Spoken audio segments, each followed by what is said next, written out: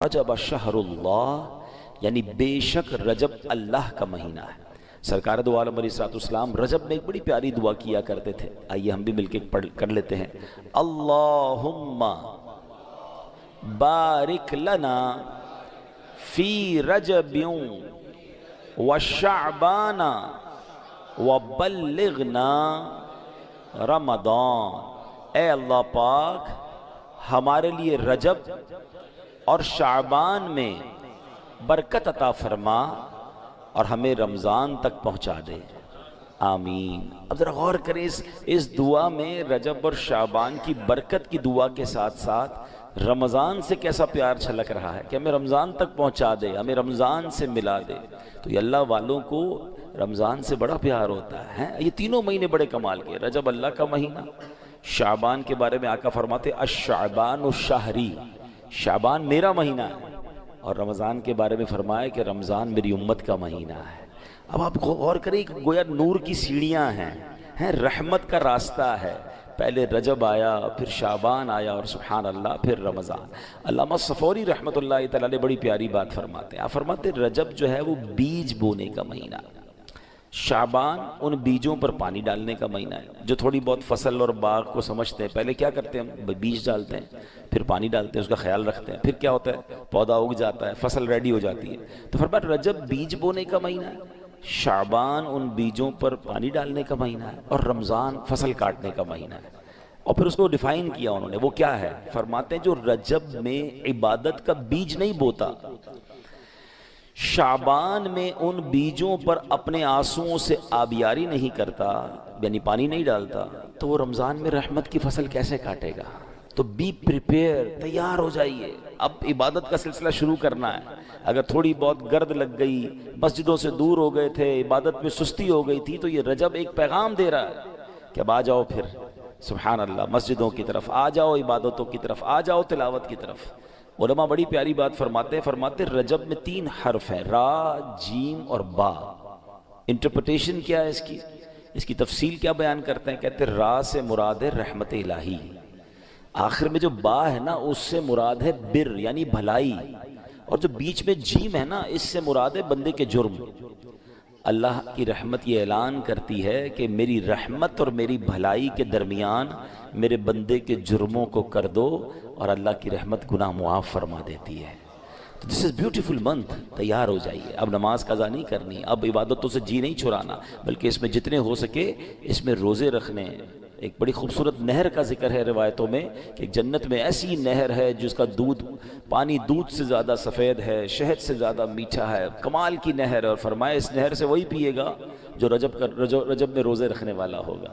تو اللہ مجھے اور آپ کو خوب نفلی روزے رکھنے کی توفیق عطا فرمائے۔ اچھا، رجب میں جہاں بہت ساری مبارک ہستیوں کا ذکر ہوتا ہے، مگر فرسٹ ویک آف رجب ایک بڑی عظیم ہستی کا بڑا ذکر ہوتا ہے، اور وہ کوئی اور نہیں، سبحان اللہ، یہ وہ ہستی ہیں جنہوں نے صرف 15 سال کی عمر میں دنیا کے ساز و سامان، دنیا کی سمجھے رونقوں کو ترک کیا اور راہ حق کے مسافر بنے، اور اتنا کمال حاصل کیا کہ انہیں نائب النبی کہا جاتا ہے۔ وہ ہستی جنہوں نے برے صغیر کو نور اسلام سے روشن کر دیا۔ یہ پاک و ہند تو پہلے ایک ہی تھا نا، یعنی ہم پر بھی ان کا احسان ہے، اس خطے میں اسلام لانا اور اسلام کو پھیلانے میں ان کا بہت بڑا کردار۔ کم و بیش 90 لاکھ غیر مسلم جو ہیں ان کے ہاتھ پر مسلمان ہوئے، اور سبحان اللہ یہ کون ہیں؟ یہ خواجہ خواجگان، سلطان الہند، وارث النبی، نائب النبی، عطائے رسول، جنہیں دنیا خواجہ معین الدین حسن سنجری چشتی اجمیری رحمۃ اللہ تعالی کے نام سے جانتی ہے۔ آپ 537 ہجری میں سجستان کے علاقے سنجر میں پیدا ہوئے۔ نجیب الطرفین سید ہیں، یعنی والد اور والدہ دونوں کی طرف سے آپ سید زادے ہیں۔ 12 واسطوں سے آپ کا سلسلہ مولا کائنات مولا علی شیر خدا کرم اللہ تعالی وجہ الکریم سے جا ملتا ہے۔ 15 سال کی عمر میں ہی آپ کے والد کا سایہ آپ کے سر سے اڑ گیا تھا۔ 15 سال کی عمر میں ہی آپ نے گھر بار چھوڑا اور راہ خدا کے مسافر بن گئے۔ یہ بھی بڑا کمال کا واقعہ ہے۔ والد صاحب کا انتقال ہوا تو آپ کو اچھی خاصی جائیداد مل گئی، باغ بھی ملا، پنچکی بھی ملی، گویا ایک اچھی پراپرٹی مل گئی۔ 15 سال کے نوجوان کو زیادہ پیسے مل جائیں اور باپ کا سایہ بھی نہ ہو تو نارملی تربیت اچھی نہ ہو تو وہ اولاد اور بگڑ جاتی ہے۔ مگر والدین کی تربیت ایسی تھی، سید گھرانہ تھا، بڑا ادب سکھایا تھا والدین۔ ہوا یہ کہ آپ اپنے باغ میں بیٹھے تھے، ایک بزرگ نکلے سفید بالوں والے، داڑھی والے، چہرہ بڑا نورانی تھا، تو بڑی محبت سے اس 15 سالہ نوجوان نے اپنے باغ میں بلایا، اپنے باغ سے ایک کھجوروں کا خوشہ جو تھا، انگوروں کا خوشہ تھا، انگور نکالے، بزرگ کو بڑے ادب سے پیش کیے۔ اب وہ بزرگ اللہ کے بہت بڑے ولی تھے، انہوں نے دیکھا 15 سال کا نوجوان اتنا باادب، اتنی محبت، تو آپ نے اپنی نگاہ ولایت ایسی ڈالی اور اپنی جھولی سے ایک ایسا کھلی کا، سمجھ لے اناج کا کوئی ٹکڑا نکالا اور انہیں کھلا دیا۔ بس 15 سال کے نوجوان نے اللہ کے ولی کا وہ تبرک کھانا تھا، وہ نگاہ ولی پڑھنی تھی کہ آپ کی دنیا بن گئی اور آپ خواجہ معین الدین چشتی اجمیری بن گئے۔ پھر آپ علم دین کے لیے نکل پڑے، آپ نے اپنا باغ بھی اللہ کی راہ میں خیرات کر دیا، لوگوں کو تقسیم کر دیا۔ مگر یہاں خواجہ معین الدین چشتی کی زندگی کا جو ٹرننگ پوائنٹ تھا نا، وہ بڑا کمال کا ہے، وہ غور کیجئے، وہ کیوں ملا نہیں یہ مرتبہ؟ وہ کہتے ہیں نا، با ادب با نصیب، بے ادب بد نصیب۔ ہمیشہ زندگی میں یہ فارمولہ یاد رکھیں، نوجوان بیٹھے ہیں، بچے بیٹھے ہیں، زندگی میں با ادب رہیے گا، بے ادبی نہ ہو، گستاخی نہ ہو، جو روڈ انداز ہوتا ہے نا۔ آج کل کا نوجوان بوڑھوں کے سامنے بھی چیخ چیخ کر بات کر رہا ہوتا ہے، بزرگوں سے بھی ادب سے بات نہیں کر رہا ہوتا۔ بے شک ہم کسی کو جانے نہ جانے، بے شک وہ غریب ہے یا ہمارا ملازم ہی کیوں نہ ہو، لیکن اگر عمر میں ہم سے بڑا ہے تو ہمارا کام ہے کہ ہم ادب سے بات کریں، ہم پیار سے بات کریں، سفید بالوں کا احترام کریں، ہمارے والد کی جگہ ہے، اور ادب ہی لوگوں کو مقام دلاتا ہے، بے ادبی برباد کر دیتی ہے۔ تو زندگی کا یہ اصول بنا لیں، اور اسی طرح بزرگوں کو چاہیے، بڑوں کو چاہیے وہ بچوں پر شفقت کریں۔ کتنا خوبصورت ریلیجن ہے میرا اور آپ کا کہ اللہ کے نبی علیہ الصلوۃ والسلام فرماتے ہیں، جس کا مضمون ہے کہ جو اپنے چھوٹوں پر شفقت نہ کرے اور اپنے بڑوں کا ادب نہ کرے وہ ہم میں سے نہیں۔ ابھی کتنی ایک ہی جملے میں ساری بات فرما دی نا، چھوٹے ہیں تو بڑوں کا ادب کریں، بڑے ہیں تو بچوں پر، چھوٹوں پر شفقت کریں، اور اگر یہ نہیں کرتے تو نبی پاک نے کیا فرمایا، وہ ہم میں سے نہیں۔ اگر سرکار دو عالم علیہ الصلوۃ والسلام نے ہی ہمیں اپنی بارگاہ سے دور کر دیا تو پھر ہم نے کہاں جانا ہے؟ تو اپنی زندگی کا اصول بنائیں، نرم، پولائٹ، ہمبل، سافٹ، اور یہی لوگ سب کو پسند آتے ہیں۔ بچوں کو بھی بزرگ وہی اچھے لگتے ہیں جو بیٹا کہہ کر پیار سے بات کرتے ہیں، ہر وقت جھاڑنے والے بزرگ بھی اچھے نہیں لگتے، اور بزرگوں کو بھی یقیناً وہ نوجوان اچھے نہیں لگتے جو بدتمیزی کرتے ہیں۔ اللہ کرے یہ بات ہمیں سمجھ آ جائے۔ تو اللہ نے 15 سال کے نوجوان کو ولایت کا کیسا درجہ عطا فرمایا، اس کی بیس کیا بنی تھی؟ ادب تھا، بزرگوں سے پیار تھا۔ تو کیا معلوم آج ہم کسی بزرگ سے پیار کریں، کسی سے محبت سے پیش آئیں اور اس کا بارگاہ الہی میں کیا مرتبہ ہو، اس کی نظر پڑ جائے اور ہمارا بھی بیڑا پار ہو جائے۔ نگاہ ولی میں وہ تاثیر دیکھی، نگاہ ولی میں وہ تاثیر دیکھی، بدلتی ہزاروں کی تقدیر دیکھی۔ خواجہ خواجگان خواجہ غریب نواز کا وصال کب ہوا؟ 6 رجب تھی 633 ہجری میں، اور آپ کا جو مزار شریف ہے وہ سبحان اللہ اجمیر شریف میں واقع ہے۔ خواجہ ہند وہ دربار ہے اعلیٰ تیرا، کبھی محروم نہیں مانگنے والا تیرا۔ آپ کے بارے میں اب جب ہم نے قرآن پاک کی آیت پڑھی، اب آئیے اس کو دوبارہ سمجھتے ہیں۔ قرآن پاک کی اس آیت کا جز کیا تھا؟ ان الذین آمنوا وعملوا الصالحات، بے شک وہ جو ایمان لائے اور نیک اعمال کیے۔ پہلے کنڈیشن بیان ہوئی اور پھر آگے انعام بیان ہوا۔ کنڈیشن کیا ہے؟ ایمان اور نیک اعمال، یہ 2 اہم باتیں ہیں۔ قرآن کریم میں جہاں جہاں فضیلت کا ذکر ہے نا، آپ پڑھیں گے 2 باتوں کا بار بار ذکر ہوگا، وہ جو ایمان لائے اور نیک اعمال کیے۔ ان الذین آمنوا وعملوا الصالحات، سبحان اللہ، ان کو جہنم کے چھٹکارے کی خوشخبری بھی سنائی گئی، اور اس کو بھی کس کو سنائی گئی؟ جو ایمان والا ہو اور نیک اعمال کرتا ہو۔ دنیا اور آخرت میں کامیاب کون ہے؟ جو ایمان لائے اور پھر نیک اعمال کرے۔ قرآن مجید میں ایک اور جگہ فرمایا ان الانسان لفی خسر، بے شک آدمی ضرور خسارے میں، یعنی پہلے تو اعلان کر دیا نا ساری خسارے میں، مگر اب اس کے اندر سے کیٹیگری کو الگ کیا گیا۔ وہ کیٹیگری کیا ہے؟ الا الذین آمنوا وعملوا الصالحات، باقی سارے خسارے میں، مگر یہ لوگ نہیں ہیں۔ وہ کون ہیں؟ جو ایمان لائے اور اچھے کام کیے۔ الحمدللہ جتنے اس وقت مجھے سن رہے ہیں، ہم اس بات پر اللہ کا بہت شکر ادا کرتے ہیں کہ ہم ایمان والے ہیں، یہ بھی اللہ کی عطا ہے۔ لیکن ایک اگلی کنڈیشن کیا ہم پوری کر رہے ہیں؟ ایمان والے تو ہو گئے ہیں، کیا اچھے کام کر رہے ہیں، نیک اعمال کر رہے ہیں؟ وہ نہیں کر رہے، کیونکہ اگر وہ نہیں کریں گے تو کنڈیشن پوری نہیں ہوگی، جب بات پوری نہیں ہوگی تو انعام بھی نہیں ملنا۔ تو ایمان تو مل گیا نا، اب اچھے کام کریں، برے کاموں سے اپنے آپ کو بچائیں، پھر خیر ہی خیر ہے انشاءاللہ۔ تو اب آگے چلتے ہیں، یہاں جو فرمایا کہ جو ایمان لائے اور اچھے کام کی، انعام کیا ہے ان کے لیے؟ سَيَجْعَلُ لَهُمُ الرَّحْمَنُ وُدًّا، ان قریب رحمان ان کے لیے محبت پیدا کر دے گا۔ ہائے ہائے، ایک بات اور یاد رکھیے، کچھ لوگ بڑی کوشش کرتے ہیں لوگ مجھ سے محبت کریں، نہیں کرتے، لوگ پیسہ خرچ کرتے ہیں، سوشل میڈیا پہ پیسہ خرچ کرتے ہیں، وائرل ہونے کے بہانے ڈھونڈتے ہیں، کوئی صحافی کو پکڑتا ہے میرا انٹرویو چھاپو، کوئی کہتا ہے میری اخبار میں خبر لگاؤ، کوئی خود ہی خود اپنی چیزیں وائرل کر رہا ہوتا ہے، نئی محبت پیدا ہوتی ہے۔ اور کچھ ایسے ہوتے ہیں جو چاہتے نہیں ہیں مگر اللہ کروڑوں لوگوں کے دلوں میں ان کی محبت ڈال دیتا ہے۔ یہ کیا ہے؟ یہ کیسے ہوتا ہے؟ ایک بات یاد رکھیے، محبت کی نہیں جاتی، کروائی نہیں جاتی، محبت خود ہی ہوتی ہے، اور یہ اللہ کی عطا ہے۔ اللہ پاک اپنے پیاروں کو، کس کو؟ جو نیک عمل کریں اور سبحان اللہ ایمان والے ہیں اور نیک عمل کریں، پھر اللہ ان کے لیے محبت پیدا کرتا ہے۔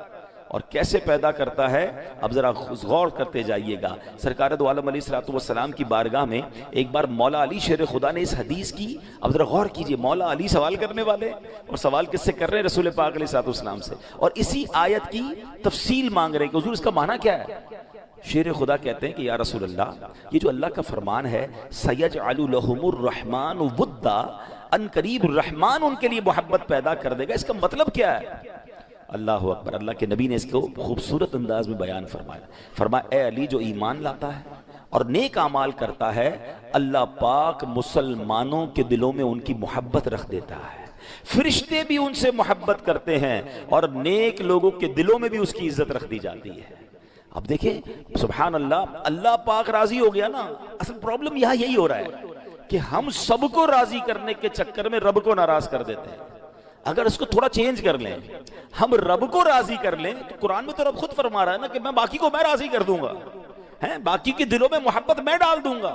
ہم چارے لوگ مجھ سے پیار کریں، اور اس پیار کروانے کے چکر میں، عزت بنانے کے چکر میں، نام بنانے کے چکر میں، فیم حاصل کرنے کے چکر میں اللہ کو ناراض کر رہے ہیں۔ نہ رب راضی ہوا، نہ بندے راضی ہوئے، حالانکہ قرآن میں رب فرما رہا ہے کہ رب محبت کا انتظام فرما دے گا، اور کیسا انتظام کیا اب آپ کو کچھ مثالوں کے ذریعے سمجھاؤں گا۔ اللہ اکبر، اب ذرا غور کیجئے، ایک بار بادشاہ، بہت بڑا نام ہے بادشاہ اکبر جو ہے، اور ایک بزرگ تھے شیخ سلیم چشتی، وہ بظاہر تو بڑے غریب تھے، وہ دونوں دربار خواجہ غریب نواز پر حاضر ہوئے۔ خواجہ صاحب کے مزار پر بڑے بڑے بادشاہ اس وقت بھی آتے تھے، اب بھی آتے ہیں۔ تو اکبر بادشاہ بھی تھا اور شیخ سلیم صاحب بھی ساتھ تھے۔ تو بادشاہ نے شیخ سلیم صاحب سے پوچھا کہ اے سلیم، یہ تو بتاؤ خواجہ غریب نواز کا رتبہ کیا ہے، مرتبہ کیا ہے؟ تو حضرت شیخ سلیم کہتے ہیں کہ خواجہ حضور کی شان یہ ہے کہ وقت کا بادشاہ اکبر اور ایک فقیر سلیم، وہ دونوں کتنی دیر سے دربار پر حاضر ہیں مگر ابھی تک باریابی کا شرف نہیں ملا ہے۔ یعنی دربار وہ ہے جہاں بادشاہ لائن لگا کے کھڑا ہے اور ابھی موقع نہیں مل رہا حاضری کا، اجازت نہیں مل رہی ہے۔ تو یہ ہوتا ہے اولیاء کرام کا مرتبہ۔ سر بھلا کیا کوئی جانے کہ ہے کیسا تیرا، غوث پاک کے بارے میں لکھا نا حضرت نے، آپ کا سر اقدس کی شان تو کون جانے، سر بھلا کیا کوئی جانے کہ ہے کیسا تیرا، اولیاء ملتے ہیں آنکھیں وہ ہے تلوہ تیرا۔ تو بڑے بڑے بادشاہ، بڑے بڑے جناب کر و فر والے اولیاء کرام کے دربار میں جاتے ہیں تو پھر ان کو ذرا پتہ چلتا ہے کہ اصل رتبہ کس کا ہے۔ آپ کو پتہ ہے ہندوستان کے بارے میں ایک شخص نے کتاب لکھی، انگریز تھا، اس نے بڑی تحقیق کی، پورے ہندوستان کا دورہ کیا، اور اپنی کتاب میں لکھتا ہے کہ میں نے ہندوستان کو دیکھا، کروڑوں لوگوں کا وطن ہے، مگر اس پر حکومت آج بھی ایک بازار میں رہنے والے خواجہ غریب نواز کی ہے۔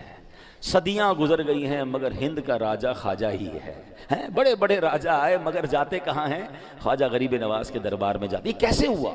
اچھا میں آپ سب سے سوال کرتا ہوں، میں ڈیفینس میں اس وقت بیان کر رہا ہوں، کراچی میں رہنے والے، نارملی ہماری محبتیں پتہ کیوں ہوتی ہیں؟ ہم سب کو اپنے بچوں سے پیار ہے، بالکل ہوتا ہے، ہمارا خون ہے نا، ہمیں اپنے ماں باپ سے پیار ہوتا ہے، ہمارے بڑے ہیں، ہمیں پال پوس کر بڑا کیا، ہمیں اپنے دوستوں سے پیار ہوتا ہے، رشتہ داروں سے پیار، because we have connection with them, اس لیے پیار ہوتا ہے۔ مگر یہاں جتنے بیٹھے ہیں ان میں سے کسی نے خواجہ کو دیکھا نہیں ہے، ہم خواجہ کے خاندان کے لوگ بھی نہیں ہیں، ہماری ملاقات بھی نہیں ہوئی ہے، ہم نے ان کی صحبت بھی نہیں اٹھائی ہے، مگر ہزاروں میل دور بیٹھ کر کیوں دل میں ان کی محبت ہے؟ ہم غوث پاک سے ملے نہیں ہیں مگر کون ہے مسلمان جس کے دل میں غوث پاک سے محبت نہیں ہے؟ ہم حضرت ابوبکر صدیق سے نہیں ملے، حضرت عمر فاروق سے نہیں ملے، مولا علی سے نہیں ملے، حضرت عثمان غنی سے نہیں ملے، اہل بیت والوں سے نہیں ملے، کربلا والوں سے نہیں ملے۔ اب لسٹ دیکھیں کتنا پیار ہے ہمیں، بعض ہستیوں سے تو اپنے بچوں سے زیادہ پیار ہے، ہم امام حسین کے نام پر جان قربان کرنے کے لیے تیار ہو جائیں گے، کربلا والوں پر سب کچھ نچھاور کر دیں گے۔ کیوں؟ ایسے نہیں آتی محبت، یہ اللہ نے ڈالی ہے۔ اور یاد رکھیے گا پہلے اللہ اپنے نیک بندوں کو آسمانوں پر مشہور فرماتا ہے۔ ہاں اب ایک اور حدیث سنیے گا، آپ کا ایمان تازہ ہو جائے گا۔ حدیث پاک کی بڑی مشہور کتاب ہے مسلم شریف، ٹھیک ہے، اس کی حدیث ہے، سرکار دو عالم علیہ الصلوۃ والسلام فرماتے ہیں جب اللہ کریم کسی بندے سے محبت فرماتا ہے تو حضرت جبرائیل کو حکم دیتا ہے۔ اب سنیے گا ذرا، حضرت جبرائیل کو حکم دیتا ہے انی احب فلانا فاحبہ، اے جبرائیل میں فلاں بندے سے محبت کرتا ہوں، تم بھی اس سے محبت کرو۔ اسٹارٹ کہاں سے ہو رہی ہے محبت؟ پہلے اللہ محبت فرماتا ہے، پھر حکم کسے دیتا ہے؟ اے جبرائیل میں پیار کرتا ہوں، میں محبت کرتا ہوں، تم اس سے محبت کرو۔ جبرائیل محبت کرنے لگتے ہیں، پھر یہ محبتوں کا سلسلہ رکتا نہیں ہے، پھر ثم ینادی فی السماء، پھر آسمانوں میں یہ اعلان کر دیا جاتا ہے کہ ان اللہ یحب فلانا فاحبوہ، اے آسمان والو بے شک اللہ فلاں سے محبت فرماتا ہے، تم بھی اس سے محبت کرنا شروع کر دو۔ یعنی آسمانوں پر شہرت ہو جاتی ہے، فرشتے محبت کرنے لگتے ہیں، پھر اللہ اب گویا سارے آسمانوں میں اللہ کے اس نیک بندے، اس ولی اللہ کی محبت عام ہو جاتی ہے۔ اس کے بعد کیا ہوتا ہے؟ حدیث پاک میں نبی پاک فرما رہے ہیں ثم یودع له القبول فی الارض، پھر زمین میں اس بندے کی مقبولیت رکھ دی جاتی ہے، یعنی لوگوں کے دل اس کی طرف مائل کر دیے جاتے ہیں۔ اللہ اکبر! یہ آج اللہ والوں کی محبت جو ہمارے دلوں میں ہے نا، یہ محبت پہلے آسمانوں میں ہے، پہلے فرشتوں میں وہ مشہور ہوتے ہیں اور پھر زمین والوں کے دل ان کی طرف پھیر دیے جاتے ہیں۔ مجھے بتائیں نا، آج ہزاروں سال ہو گئے اولیاء کرام کو اپنے مزارات میں آرام فرما ہے، ہم کہیں اور نہیں جاتے، ہم ڈیفینس میں بیٹھے ہیں، کبھی جائیں حضرت ہمارے عبداللہ شاہ غازی رحمۃ اللہ تعالی علیہ، یہ پہلی صدی کے بزرگ ہیں، 1300 سال پرانے بزرگ ہیں، مگر بتائیے کون سا دن ہے جہاں ان کی بازار پر جھمگٹا نہیں لگا ہوتا؟ دنیا بھر سے لوگ آ رہے ہوتے ہیں، ارے لوگ پنجاب سے آتے ہیں، خیبر پختونخوا سے آتے ہیں، بیرون ملک سے ہمارے مہمان آتے ہیں، کہتے ہیں ہمیں عبداللہ شاہ غازی جانا ہے۔ بھئی تمہیں کس نے بتایا عبداللہ شاہ غازی یہاں ہے؟ کہتے ہیں ہم نے پڑھا ہے اللہ کے ایک ایسے ولی ہیں، اتنی بڑی ہستی ہیں، ان کے مزار پر جاتے ہیں، اپنا پیسہ خرچ کرتے ہیں۔ ایسا نہیں ہر جانے والے کی کوئی تمنا یا کوئی معاملہ اٹکا ہوا ہوتا ہے، بس اللہ ان کے دلوں کو پھیرتا ہے۔ کراچی میں رہنے والوں کو داتا صاحب جانے کی بڑی تمنا، بابا فرید جانے کی بڑی تمنا، ہم یہاں رہتے ہیں ہند جا نہیں سکتے، اجمیر شریف جانے کی تمنا، میں گیا ہوں اجمیر شریف،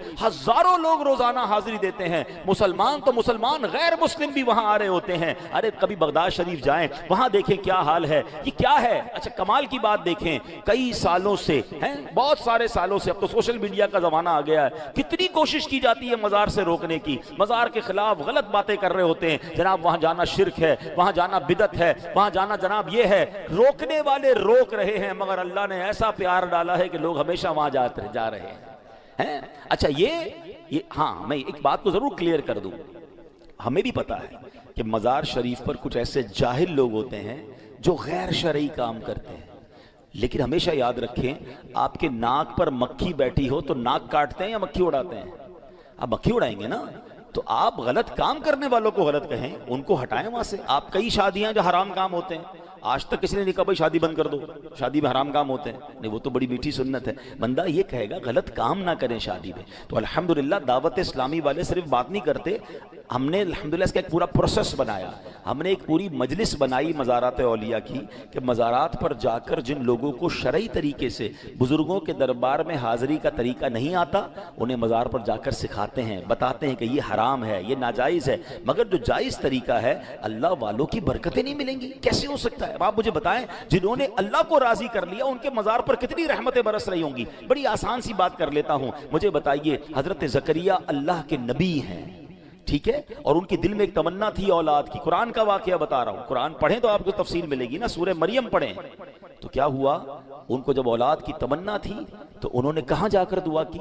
محراب مریم میں جا کر، حضرت مریم جس محراب میں عبادت کرتی تھی حضرت زکریا نے جا کر وہاں دعا کی، اللہ نے اس مبارک مقام کی برکت سے آپ کو اولاد عطا فرما دیا۔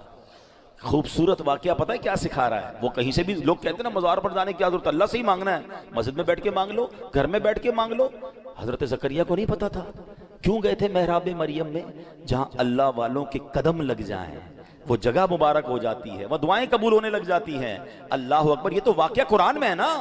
مجھے بتاؤ، اللہ والوں کے قدم لگ جائیں، وہ جگہ مبارک ہو جائے جہاں اللہ والے خود موجود ہوں، وہ جگہ کتنی مبارک ہوگی۔ تو بہرحال میرا موضوع یہ ہے کہ اللہ پاک کس طرح لوگوں میں اپنے نیک بندوں کو مشہور کرتا ہے کہ پہلے آسمانوں میں محبت پیدا ہوتی ہے، پہلے وہ فرشتوں میں مشہور ہوتے ہیں، اور پھر سبحان اللہ یہاں مسلمانوں کے دلوں میں محبت ڈال دی جاتی ہے۔ آج بھی دیکھیں جو ماشاءاللہ دین کا کام کر رہے ہیں، پیران عظام ہیں، اولیاء کرام ہیں، اللہ نے کیسی لوگوں کے دلوں میں ان سے محبت ڈالی ہے۔ کوئی رشتہ داری نہیں ہے، لوگ دیکھنے کو، دیدار کو ترستے ہیں، ملنے کو ترستے ہیں، سفر کر کے ان سے ملنے آتے ہیں۔ یہ کمال ہے۔ تو ہمیں ایک بات سیکھنے کو مل رہی ہے، یہ میرا پیغام ہے ان تمام لوگوں کے لیے جو آج سوشل میڈیا کے پیچھے بھاگ رہے ہیں، جو شہرت کے پیچھے بھاگ رہے ہیں، جو چاہتے ہیں کسی طرح میرا نام ہو جائے، جو چاہتے ہیں جناب لوگ مجھ سے محبت کرنے لگے۔ یہ ایسے نہیں ہوگی، یہ اللہ دلوں کا قبضہ اللہ کی